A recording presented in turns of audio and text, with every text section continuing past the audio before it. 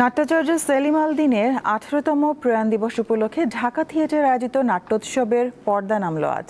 শেষ দিন মঞ্চে প্রদর্শিত হয় নাটক রংমহাল। নির্দেশক জানান, নাটকটি সমাজের রূপ অরূপের আখ্যান। অন্ধ ভিক্ষুক দম্পতির দৃষ্টিশক্তি পাওয়ার তীব্র আকাঙ্ক্ষা, পৃথিবীর রূপ রং সৌন্দর্যকে দেখতে ব্যাকুল হয়ে এক সাধুর সংস্পর্শে তাদের চোখে আলো আসে। এরপরই বাধে বিপত্তি। স্ত্রী খুশবুর রূপ দেখে ভিক্ষুক রজবের আর পছন্দ হয় না। সুন্দরী নারীর আকর্ষণে রজব খুশবুকে ফেলে চলে যায়, কিন্তু খুশবু তাকেই ভালোবেসে যায়। চাকচিক্যে মোড়ানো রঙিন পৃথিবীর মোহ মানুষকে কতটা মানবতাহীন করে তুলতে পারে, রংমহাল নাটকের মাধ্যমে তারই রূপ মঞ্চে তুলে ধরা হয়েছে।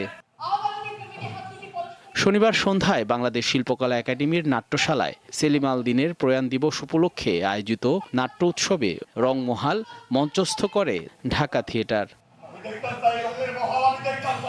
এতে অভিনয় করেন নাসরিন নাহার, মিলু চৌধুরী, ফারজানা চুমকি, মোস্তফা রতন, অনিক ইসলাম সহ অনেকে। মানুষ মোহর ভেতরে পড়ে অনেক অন্যায় কাজ করে ফেলে, তারা ওই সময় বুঝতে পারে না। এই মোহটা এটাই নাটকে বুঝিয়েছে, আসলে মোহই সব না। সেলিম স্যারের প্রয়াণ উপলক্ষে আজকে এই যে নাট্য উৎসবের শেষ দিন, তাকে কেন্দ্র করে যে উৎসব, সেই উৎসবে আমার একটি নাটক মঞ্চায়িত হচ্ছে বা হলো আজকে। সেই জন্য আমি নিজেকে সৌভাগ্যবান মনে করি। নির্দেশক জানান, নবীন ও প্রবীণের মিশ্রণে গড়ে ওঠা এই নাটক সমাজের রূপ ও অরূপের আখ্যান। ঢাকাতে এটা আমার প্রথম ডিরেকশন। আমার নাটকটা প্রথম শোটা মহিলা সমিতিতে হয়েছে, আজকে দ্বিতীয় শো শিল্পকলা একাডেমিতে। আমি খুবই উৎফুল্লিত।